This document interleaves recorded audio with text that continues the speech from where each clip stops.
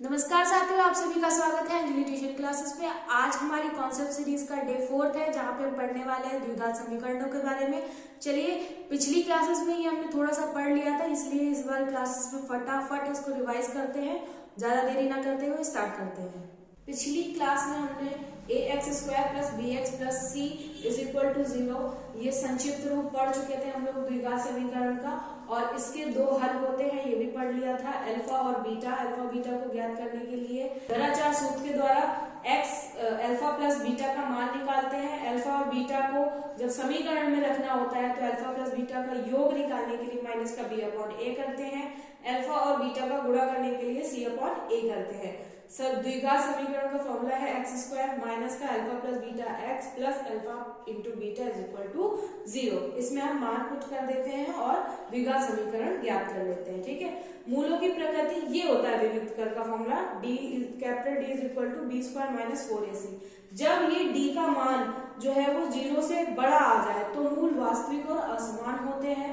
अगर D का मान 0 के बराबर आ जाए तो मूल वास्तविक और समान होते हैं, और D का मान छोटा आ जाए, ठीक है, 0 से छोटा आ जाए तो मूल को हम काल्पनिक कहते हैं। जैसे कि D का मान 0 से बड़ा यानी कि 1 या 2 या फिर कुछ भी आ सकता है, ठीक है, तब हम उसको कहेंगे कि मूल वास्तविक या फिर असमान है।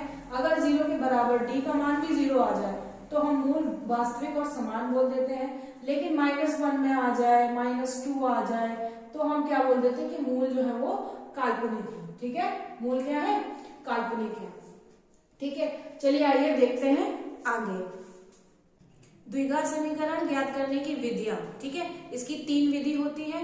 एक है गुणनखंड विधि, दूसरी है आपकी पूर्ण वर्ग बनाकर विधि, तीसरी है आपकी धराचार विधि। ठीक है, तीनों विधियों के एक एक एग्जाम्पल समझ करके विधियों को पढ़ के चैप्टर को क्लोज करते हैं। ठीक है, चलिए गुणनखंड विधि यानी कि फैक्टराइजेशन मेथड, पूर्ण वर्ग बना करके यानी कि completing the square, Shri Dharachar method. ठीक है, यहाँ पर आपको गुणनखंड विधि जो है वो आप पहले भी हल करते रहे होंगे तो ये आपको थोड़ी बहुत आती होगी। जैसे मैं एक एग्जांपल लिख दूं, x² minus plus x minus 110 is equal to 0।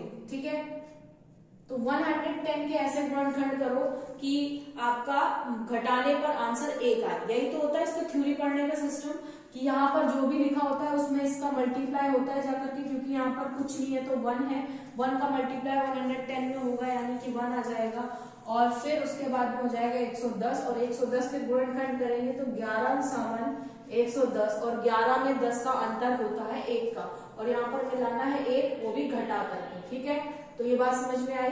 तो यानी कि यहाँ पर आप लिखेंगे x² प्लस 11 माइनस का 10 x minus 110 is equal to 0। ठीक है, यहाँ पर x का मल्टीप्लाई अंदर कराएंगे, x² plus 11x minus 10x minus 110 is equal to 0। यहाँ पर x को कॉमन कर लेंगे तो x प्लस 11 हो जाएगा, और यहाँ पर माइनस का 10 कॉमन कर लेंगे तो x plus 11 is equal to 0। एक ब्रैकेट देखिए ये कॉमन वाला है, उसको आप रखेंगे यहाँ पर x प्लस 11, और दूसरा जो कॉमन नहीं है उसको हम नेक्स्ट ब्रैकेट मानते हैं, इज इक्वल टू 0। दोनों ब्रैकेट्स को एक एक बार 0 के इक्वल करा दीजिए। x प्लस 11 को जब आप 0 के इक्वल कराएंगे तो आपको मिलेगा माइनस का 11, और एक बार जब आप x माइनस 10 को उधर कराएंगे तो आपको मिल जाएगा 10।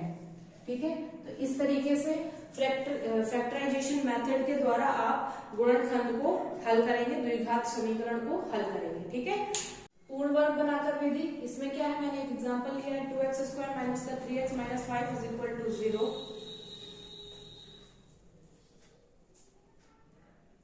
इसमें हम 5 को साइड ले जाएंगे, 2x² माइनस का 3x इज इक्वल टू 5। क्यों ले गए, अभी सारी चीजें आपको समझ में आती चली जाएंगी। यहाँ पर मुझे वर्ग बनाना है, लेकिन वर्ग आपने पढ़े हैं a प्लस बी का होल स्क्वायर या a माइनस बी का होल स्क्वायर, ये आपने पढ़े हुए हैं ऑलरेडी।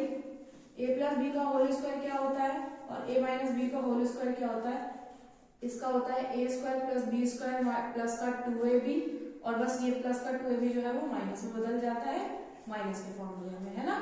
ठीक है, तो ये हमको यहाँ पर कहीं ना कहीं से बनाना है, किस तरीके से बनाना, उसी को हम बोलते हैं पूर्ण वर्ग विधि। ठीक, यहाँ पर देखिए x और ये x स्क्वायर, ये चीजें हमें एक साथ ही रखनी पड़ेगी, क्योंकि जो यहाँ पर a आएगा, मतलब हम जो a बनाएंगे और जो b बनाएंगे, उसकी वजह से यहाँ पर हमें फिर एक यहाँ पर दो घात का मिलेगा और यहाँ सिंगल घात का मिलेगा, इसलिए इन दोनों को रखना एक तरफ अनिवार्य है। ठीक है, अब क्या करते हैं, क्योंकि सिंगल x का हमको स्क्वायर करने में इजी हो जाएगा, इसलिए हम दोनों पक्षों में 2 का भाग दे देते हैं। ठीक है,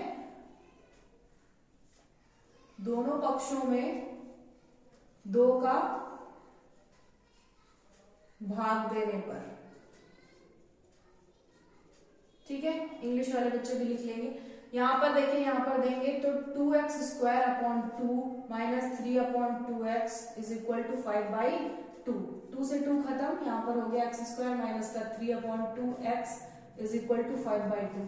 क्या ये बेटा अभी भी स्क्वायर लग रहा है? नहीं लग रहा है, क्योंकि a स्क्वायर तो मिल गया है और ये 2a भी मिल गया है, बट b स्क्वायर हमारा अभी भी मिसिंग है ना। b स्क्वायर कैसे निकालेंगे? आपने देखा है कि अगर हम यहाँ पर लिखें इसका स्क्वायर, तो x तो हमें पता चल रहा है, ठीक है, x तो हमें पता चल रहा है कि यहाँ पर सिंगल x है। जो 2a भी आएगा उसमें 2 इंटू a का मान x हो गया और b का मान क्या रखूंगी, 3/2 हो जाए, तो 3/4 रखने पर 2 हो जाएगा कि नहीं हो जाएगा? ये कट के ऐसे 3/2 x हो जाएगा, है ना। तो कितना रखा मैंने? 3/4 रखा, है ना। तो यानी कि 3/4 जो है वो इसका क्या हो जाएगा, दूसरा स्क्वायर हो जाएगा। एक तो x है ही, ठीक, दूसरा स्क्वायर हमारा क्या हो जाएगा, ये देखो, ठीक है। तो बेटा देखो, समझो यहाँ पर कि हमें एक तो एक मिला हुआ है यहाँ पर, है ना।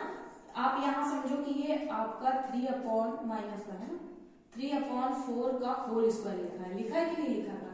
ऊपर देखो x स्क्वायर प्लस यहाँ पर हो जाएगा 3/4 का यानी 9/16 और माइनस का 3/2 आ जाएगा ना, 2 a का मान x और b का मान 3/4 कैंसिल कर देंगे तो 3/2x बचेगा। यही तो हमारे यहाँ लिखा हुआ है ऑलरेडी, है ना। तो हमको सिर्फ क्या जोड़ना है, 3/4 का होल स्क्वायर दोनों साइड जोड़ने पड़ेंगे हमें, ठीक है, दोनों साइड जोड़ना पड़ेगा। तो यहाँ पर हम लिखेंगे 3/4 का होल स्क्वायर दोनों पक्षों में जोड़ने पर, ठीक है, दोनों पक्षों में जोड़ेंगे, यानी इस साइड जोड़ेंगे तो लिखेंगे x स्क्वायर प्लस का 3/4 का whole square minus 3/2x is equal to 5/2 plus 3/4 का होल स्क्वायर, ठीक है।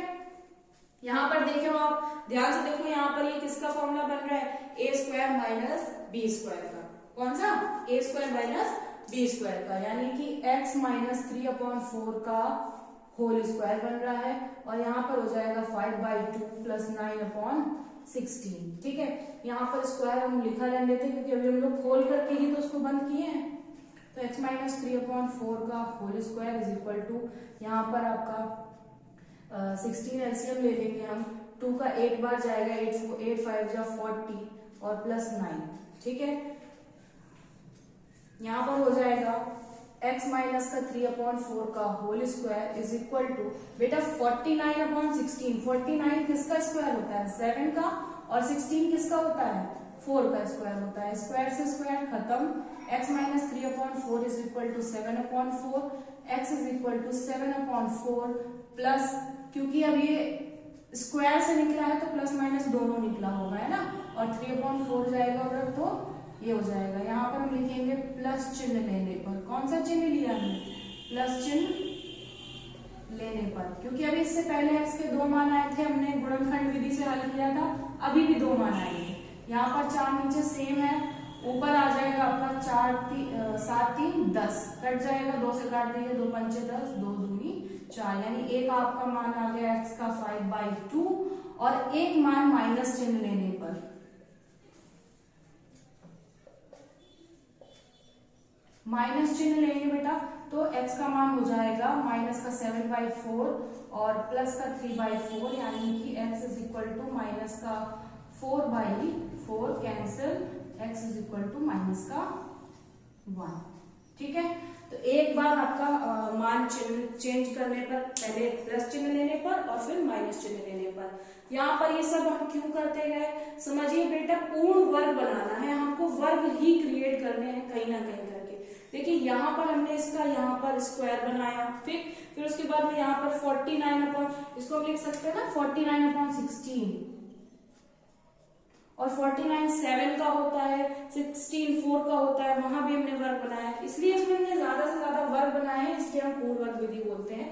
द्विघात समीकरण ज्ञात करने की ये तीसरी और आखिरी विधि है, श्रीधराचार्य सूत्र।